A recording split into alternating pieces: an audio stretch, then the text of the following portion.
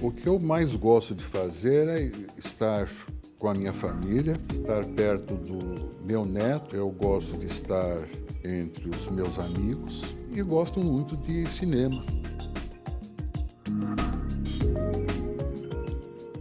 Olá, o Contraponto tem o prazer de receber Hamilton Elliott Akel, desembargador do Tribunal de Justiça de São Paulo e coordenador dos Juizados Especiais de São Paulo.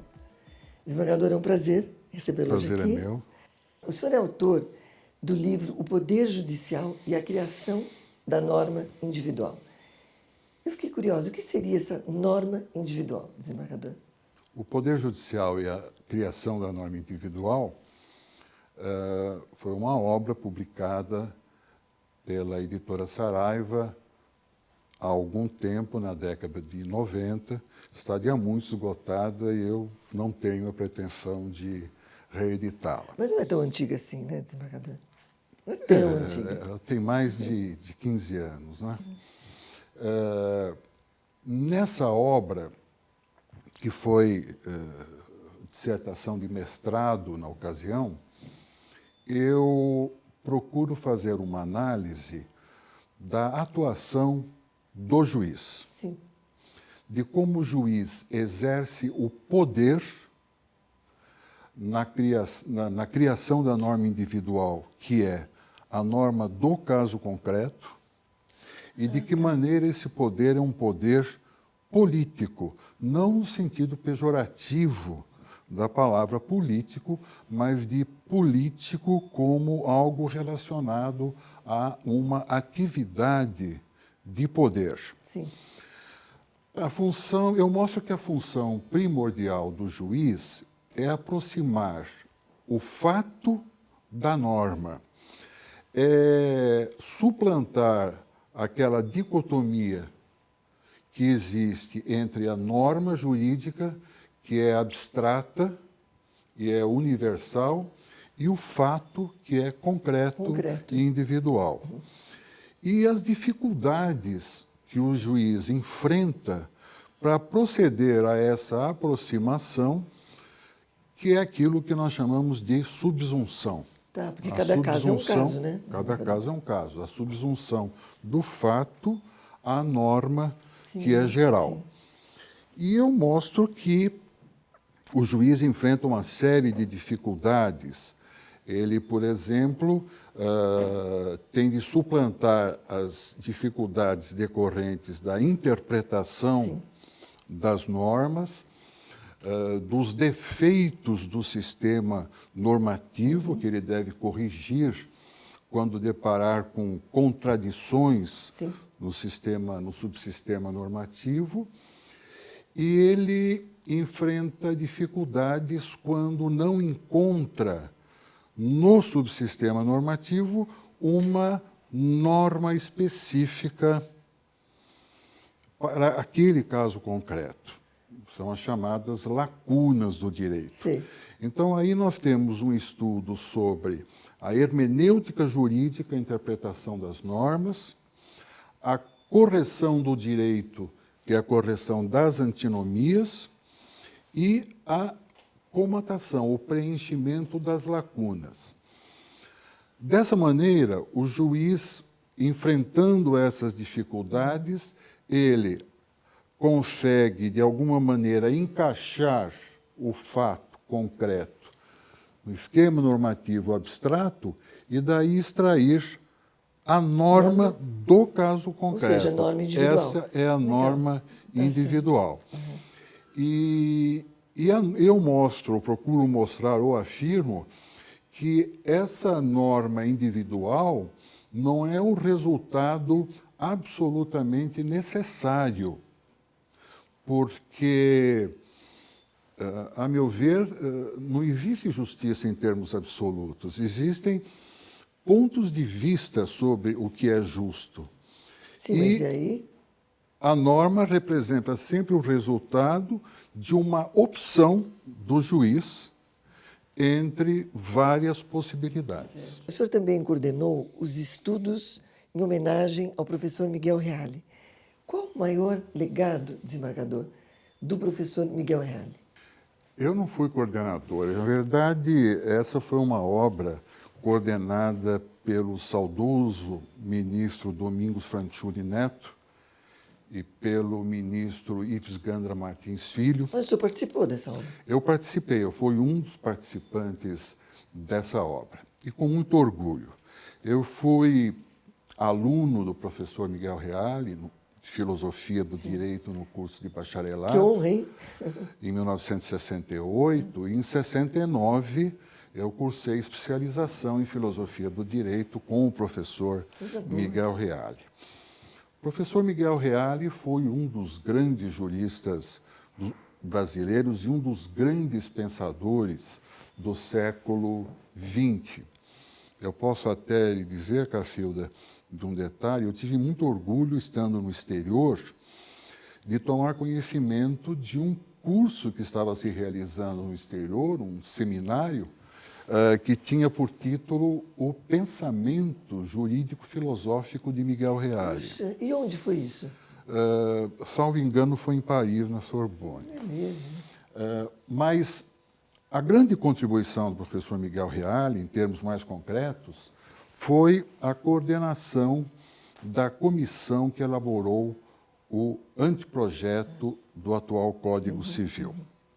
O professor Reale foi quem coordenou essa comissão e estabeleceu as linhas mestras do trabalho de todos os juristas que participaram em suas respectivas áreas dessa construção de um verdadeiro monumento. Ou seja, as diretrizes, né? As diretrizes, a principiologia do Código nós devemos ao professor Miguel Reale. Bem, desembargador, agora mudando um pouquinho de assunto. Na sua opinião, essa lutar a proibição aos juízes de advogarem perante os juízos ou tribunais que deixaram antes de decorridos 3 anos de seu afastamento? O que o senhor acha? Eu acho que sim.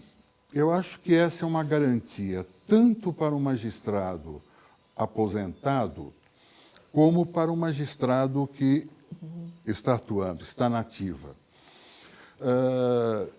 Geralmente, quando nós julgamos qualquer causa envolvendo um magistrado, a tendência nossa é no sentido de sermos muito mais rigorosos. É mesmo?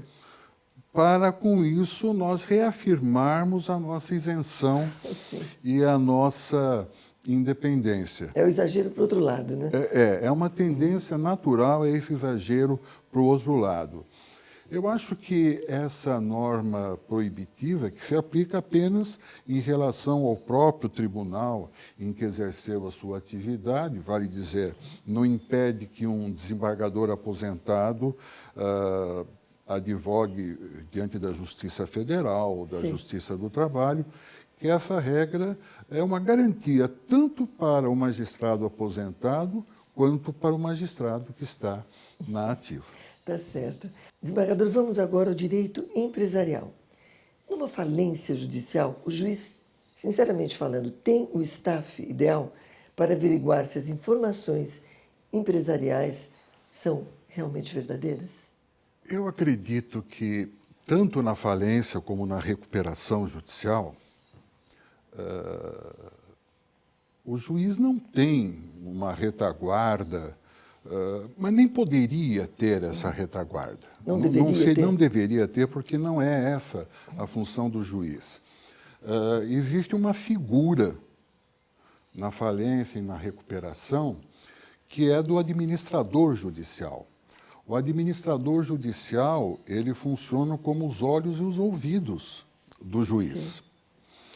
E ele serve de ponte entre a comunidade dos credores, que ele também representa, e o magistrado que preside o processo. E o administrador judicial, ele pode se valer de técnicos especializados para a sua assessoria. Sim. Mas o juiz, ele próprio, ter uma assessoria para acompanhamento do processo, eu acho que nem é essa a intenção do legislador. Agora, o que mais pesa na decisão quanto à falência? O pedido do credor a situação da empresa ou a sua função social? Eu acho que tudo. Tudo. Claro, nós não podemos ignorar o direito que o credor tem de ver satisfeito o seu crédito. Mas o espírito da nova Lei de Falência e Recuperação, a Lei 11.101 de 2005, é no sentido de possibilitar, sempre que possível, a manutenção da atividade empresarial, de evitar o fechamento, Ou seja, a quebra, de fato. a né? quebra, o encerramento das atividades da empresa, porque o encerramento das atividades da empresa, se a empresa apresenta alguma viabilidade econômica, não interessa a ninguém.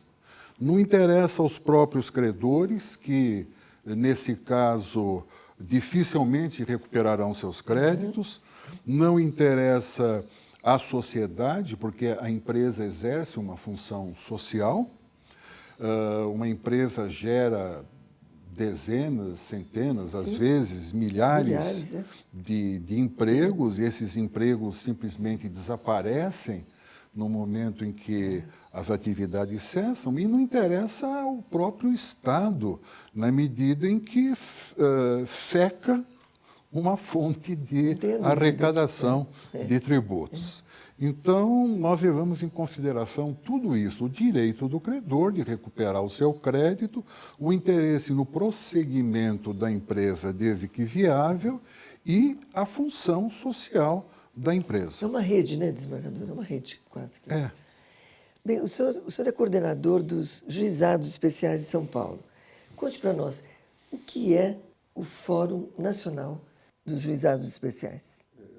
Eu sou coordenador do Conselho Supervisor do Sistema de Juizados Especiais do Estado de São Paulo. Mas é muito complicado para falar assim, né? Então, significa... A cada 6 meses se realiza no Brasil um Fórum Nacional dos Juizados Especiais, que reúne os juízes que integram esse sistema de juizados Só um pouquinho, especiais. você falou a cada 6 meses? A cada 6 meses. Isso é bom, né? Porque geralmente os fóruns acontecem anualmente. Não, esses são realizados a cada 6 meses.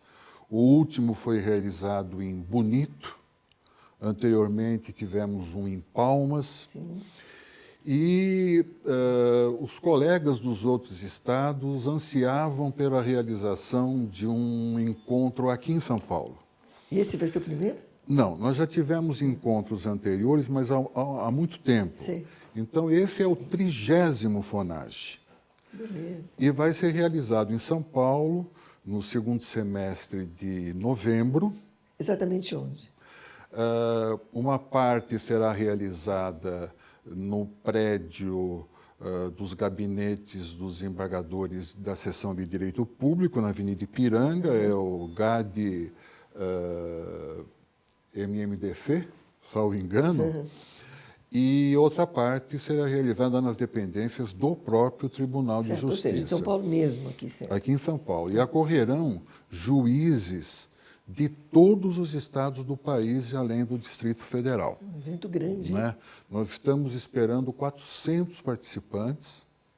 Puxa. Né?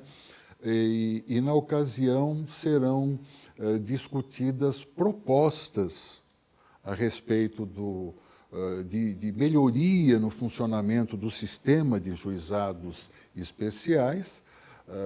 Os fonagianos, eles remetem projetos com antecedência, muitas vezes do FONAGE saem propostas... Sugestões, né, de coisas. Que são transformadas em projetos de lei. Muito bom. Não é? E nós esperamos contar com um grande número de participantes. Vai ser um sucesso, né, desembargador? Esperamos. Agora, só uma dúvida. São juizados especiais cíveis e criminais, não é mesmo? São juizados especiais cíveis, criminais e da Fazenda Pública. Muito bem. O senhor Porque coordena nós tudo temos, isso, né?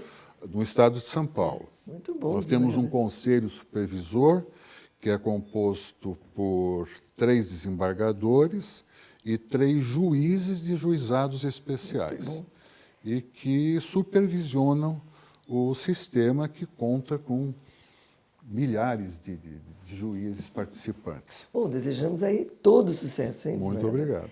Bom, nós vamos interromper alguns instantes, você não saia daí, e daqui a pouco estaremos de volta com o desembargador Hamilton Elliott Akel.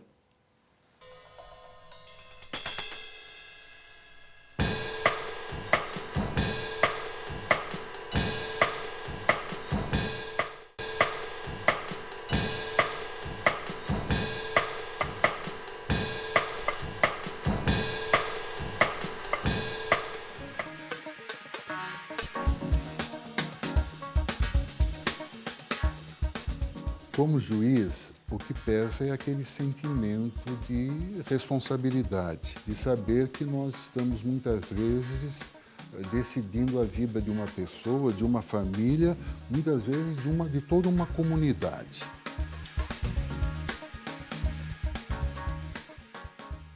Desembargador Akel, ainda na seara empresarial, o senhor acredita que a nova lei de falências tenha realmente desafogado o judiciário?